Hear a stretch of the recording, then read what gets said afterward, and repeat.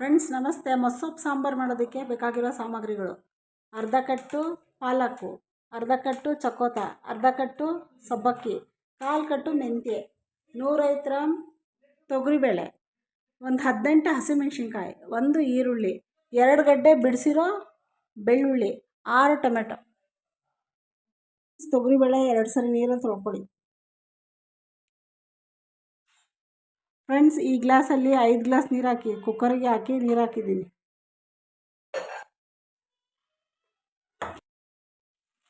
Friends, ನೀರು ಕಾದಿದೆ, 5 glass ನೀರು. ಇವಾಗ ಸೊಪ್ಪು ಹಾಕ್ತಾಯಿದ್ದೀನಿ ಕುಕ್ಕರಿಗೆ.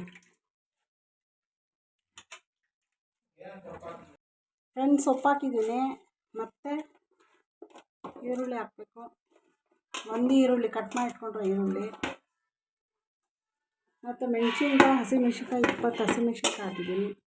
ಮತ್ತು ಬೆಳ್ಳುಳ್ಳಿ 2 ಗಡ್ಡೆ ಬಿಡಿಸಿರೋ ಬೆಳ್ಳುಳ್ಳಿ, ಮತ್ತು ಟೊಮೆಟೊ ತೊಳ್ಕೊಂಡು 6 ಟೊಮೆಟೊ ಹಾಕಿ. ಫ್ರೆಂಡ್ಸ್, ರುಚಿಗೆ ತಕ್ಕಷ್ಟು ಉಪ್ಪು ಹಾಕ್ಬಿಟ್ಟು 1 ವಿಷಲ್ 2 ವಿಷಲ್ ಬರ್ಸ್ಕೊಳ್ಳಿ.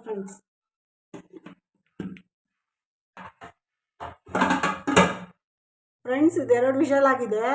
ಸೊಪ್ಪು ಬೆಂದಿದೆ, ಕುಕ್ಕರ್ ಮುಚ್ಚಳ ತೆಗೆದಿದ್ದೀನಿ. ಫ್ರೆಂಡ್ಸ್, ಈಗ ಈ ಸೊಪ್ಪು ಬೆಂದಿರೋ ಸೊಪ್ಪನ್ನ ರುಬ್ಬಕ್ಕೆ ತೆಗೆದಿಟ್ಕೋಬೇಕು.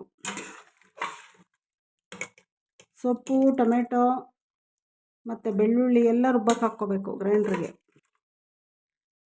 ಫ್ರೆಂಡ್ಸ್, ಸೊಪ್ಪನ್ನ ಗ್ರೈಂಡಿಗಾರು ಹಾಕ್ಕೊಳ್ಳಿ, ಇಲ್ಲ ಮಿಕ್ಸಿಗಾರು ಹಾಕ್ಕೊಳ್ಳಿ, ಯಾವುದಕ್ಕೆ ಹಾಕ್ಕೊಂಡ್ರು ಚೆನ್ನಾಗಿರುತ್ತೆ.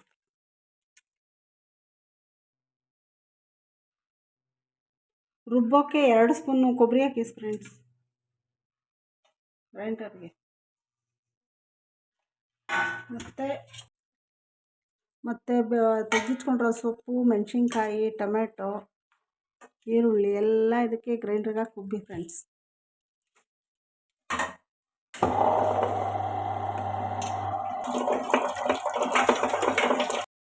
ಫ್ರೆಂಡ್ಸ್, ಇದು ಒಗ್ಗರಣೆಗೆ 1 ಈರುಳ್ಳಿ, 2 ಬ್ಯಾಡಗಿ ಮೆಣಸಿನ್ಕಾಯಿ, ಮತ್ತು ಒಂದು 5 ಜಜ್ಜಿರೋ ಬೆಳ್ಳುಳ್ಳಿ, ಮತ್ತು ಒಂದು ಸ್ವಲ್ಪ ಕರಿಬೇವು. ಒಲೆ ಮೇಲೆ ತಪ್ಪಲೆ ಇಟ್ಟಿದ್ದೀನಿ. 3 ಸ್ಪೂನ್ ಎಣ್ಣೆ ಹಾಕಿ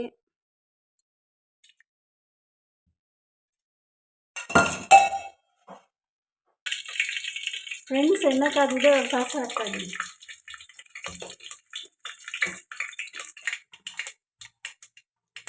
ಸಾಸಿವೆ ಆಗಿದೆ, ಈರುಳ್ಳಿ ಹಾಕ್ಕೋಬೇಕು, ಕರಿಬೇವು ಹಾಕ್ಕೋಬೇಕು, ಮತ್ತು 2 ಬ್ಯಾಡಗಿ ಮೆಣಸಿನ್ಕಾಯಿ ಹಾಕ್ಕೋಬೇಕು, ಜಜ್ಜಿರೋದು 5 ಬೆಳ್ಳುಳ್ಳಿ ಒಗ್ಗರಣೆಗೆ ಹಾಕ್ಕೋಬೇಕು.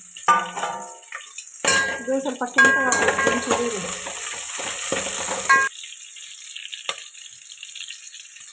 ಫ್ರೆಂಡ್ಸ್, ಈರುಳ್ಳಿ ಸ್ವಲ್ಪ ಕೆಂಪಗಾಗಲಿ. ಕೆಂಪಗಾಗಿದ ತಕ್ಷಣ ನಾವು ರುಬ್ಬಿರ್ತೀವಲ್ವ ಸೊಪ್ಪು, ಹಸಿಮೆಣ್ಸಿನ್ಕಾಯಿ, ಟೊಮೆಟೊ, ಬೆಳ್ಳುಳ್ಳಿ, ಈರುಳ್ಳಿ ಎಲ್ಲ ಹಾಕಿ ಕುಕ್ಕರ್ ಬೇಯಿಸ್ಕೊಂಡು ರುಬ್ಬಿಟ್ಟು ಮಸಾಲೆ ತೆಗೆದು ಇದಕ್ಕೆ ಹಾಕಬೇಕು.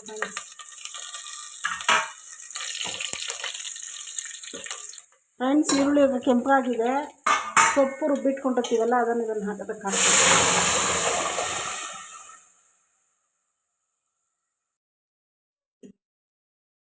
ಫ್ರೆಂಡ್ಸ್, ಮೊಸಪ್ಪನ್ನ ತುಂಬ ತೆಳ್ಳಗೆ ಮಾಡ್ಕೊಬೇಡ್ರಿ. ನೋಡಿರಿ, ಇಷ್ಟು ಇರಬೇಕು ಗಟ್ಟಿ. ಮುದ್ದೆ ಜೊತೆ, ಅನ್ನ ಜೊತೆ ತಿನ್ನೋಕ್ಕೆ ಚೆನ್ನಾಗಿರುತ್ತೆ. ಫ್ರೆಂಡ್ಸ್, ಸಾರು ಕಲಸಾದ್ಮೇಲೆ ಒಂದು 10 ನಿಮಿಷ ಕುದಿಯೋಕ್ಕೆ ಬಿಡಿ.